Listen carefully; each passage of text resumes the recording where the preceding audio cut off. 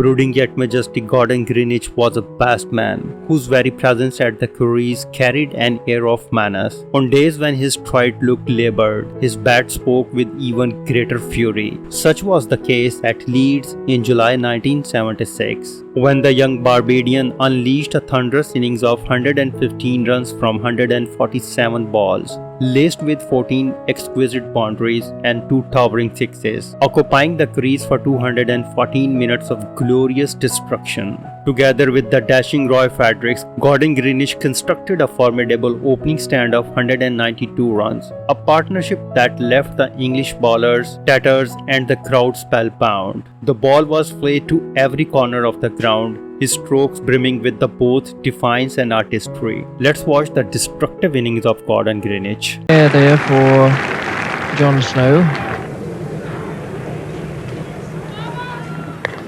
Smashing square cut. And that's hitting the boundary board now. That's how quickly it goes.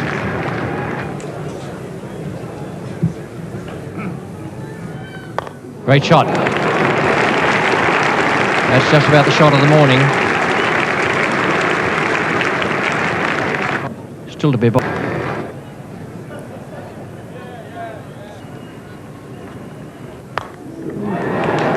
Marvellous shot through that gap there. Willie had no chance of picking that up. This is an expensive little experiment.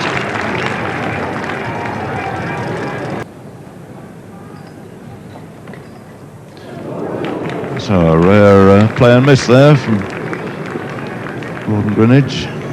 Certainly off the outside edge there. And just the slightest bit of movement away from the bat by Alan Ward. I didn't know too much about that either. Looking to clip it away on the onside. And ended up here by Willie doing the feeling in the gully. But going right across the line of that ball. Underwood back round the wicket to the right-hander Greenidge. Oh, and a glorious shot. Used his feet, got to the pitch of it. Gave Underwood no chance at all. Hammered past him for another 4.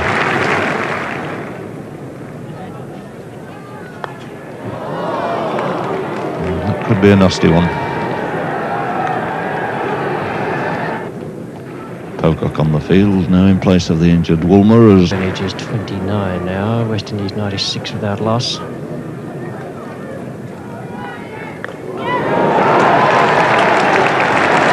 the 100 up. Fine shot by Greenidge to bring up the 100 for the West Indies. And umpire Spencer signals 6. He's talked to umpire Constant at square leg.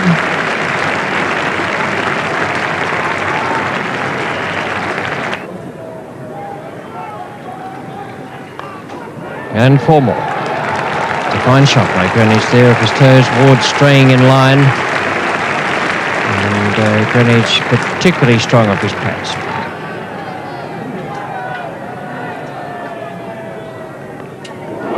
Frank Hayes.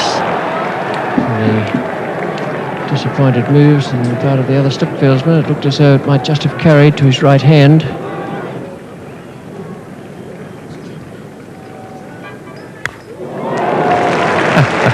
Well, Tony Greig was working him wide of the off stump there, but it made absolutely no difference. It was a ball of quite full length and swinging away, and it was a real play at the pitcher job. Takes Greenidge on to 46. Oh, that's a great shot. That was a better shot still. Tremendous off drive, and that's good running. However, there's been some good cricket here this morning. Didn't quite time that, but it does bring up his 50. Well, some lovely strokes in that half century for Gordon Greenidge. And he too, clipping it away off his legs. Once again, it's an over-pitch ball.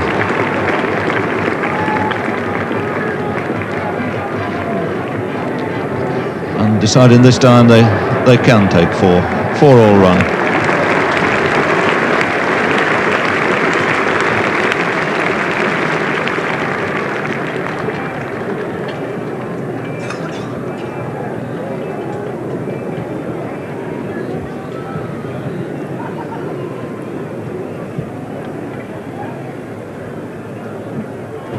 And another half volley, and another 4.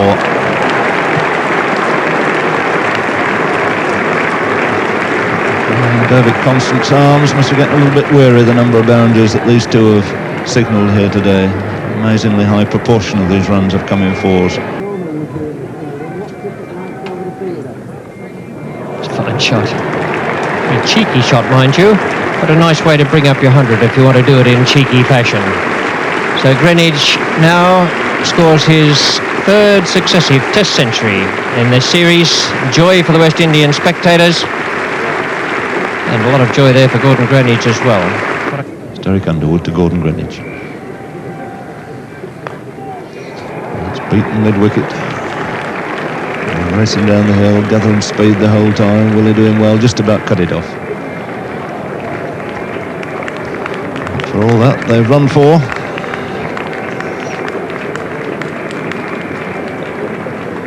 Greenidge now taking his score to 108.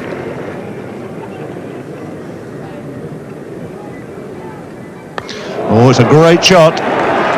Glorious straight 6. And again, that ball just tossed slightly higher. Greenidge onto it in a flash, using his feet right down the wicket and dropping it right in the crowd over long off.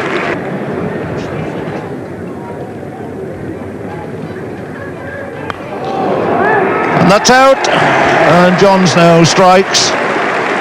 Just about the worst ball, I think, that Greenidge has received.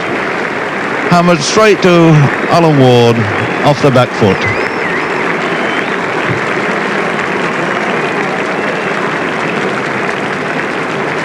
So the second wicket going down at 287. Wicket to John Snow.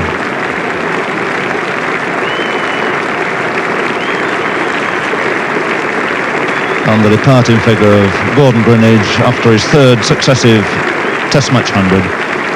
Another magnificent effort, full of glorious shots all round the wicket, and we'll be terribly disappointed to see it end like that. Just Gordon Greenidge was no mere dasher. His craft was grounded in the hard-learned defensive virtues of English pitches, yet refined by the uninhibited attacking flair of the Caribbean spirit. Few batsmen in history wielded a square cut with such disdain, or dispatched the hook and pull shot with such authority. His driving too was nothing short of imperious sending bowlers into retreat on either sides of the wicket. And if his dominance at Leeds was a foretaste, the years to follow proved he was no one-match wonder. With Desmond Haynes, he forged the most enduring and productive opening alliance the game has known. 16th century partnership, 4 of them surpassing the double 100 mark. Those were but the appetizer of the feats that spanned a golden era of the West Indies supremacy. Gordon Greenidge was not just an opener, he was a statement, a cricketer whose bat thundered with the authority of an umpire in full command. His career remains an inspiration for every young cricketer who dreams of leaving a mark on the game. He belongs to an era when cricket was played with a charm that can never quite be recreated. Even today, the mentions of Gordon Greenidge bring smiles and applause. If you like this video, please comment, share and subscribe. Thank you very much.